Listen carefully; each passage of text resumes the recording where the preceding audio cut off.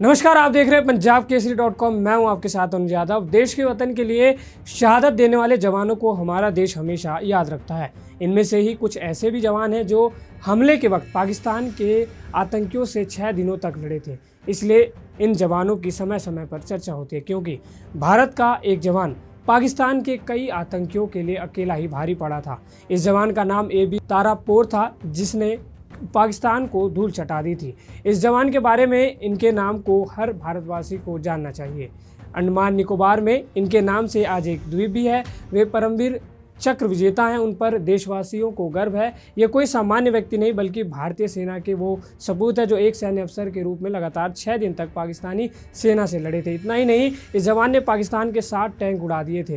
ये 1965 के समय की बात है, जब भारत पाकिस्तान युद्ध हुआ था। इसी युद्ध में पाकिस्तान को मुँह की खानी पड़ी थी। यूँ तो इस जीत के कई और हीरो भी थे, लेकिन जब भी भारत पाकिस्तान के 1965 युद्ध की बात होगी तो इस जवान को याद किया जाएगा।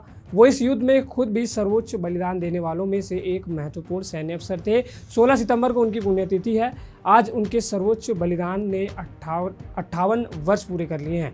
दुश्मन के छक्के छुड़ाने की खूबी आदि को विरासत में मिली थी। उनके पूर्वज रतन जीबा छत्रपति शिवाजी महाराज के सेनापति रहे थे। उन्हें 100 गांव से सम्मानित किया गया था। साल 1965 में जब भारत पाक आमने सामने हुए तो सियालकोट में भारतीय सेना की पूना हॉर्स रेजिमेंट को तैनात किया गया, जिसका नेतृत्व लेफ्टिनेंट कर्नल आदि कर रहे थे। यहाँ 7 से 11 सितंबर तक भयंकर युद्ध हुआ था। यहाँ लड़ाई इतनी ज़बरदस्त हुई थी कि भारतीय सेना ने 60 पाकिस्तानी टैंक यहाँ उड़ा दिए थे। इसके बदले में भारत के सिर्फ 9 टैंकों को नुकसान हुआ था। इस लड़ाई में आदि घायल हो गए, लेकिन रुके नहीं। जवानों को लेकर वो आगे बढ़ते रहे, लड़ते रहे। जब लड़ाई अंतिम दौर में थी, तभी आदि का टैंक क्षतिग्रस्त होकर आग की लपटों में गिर गया।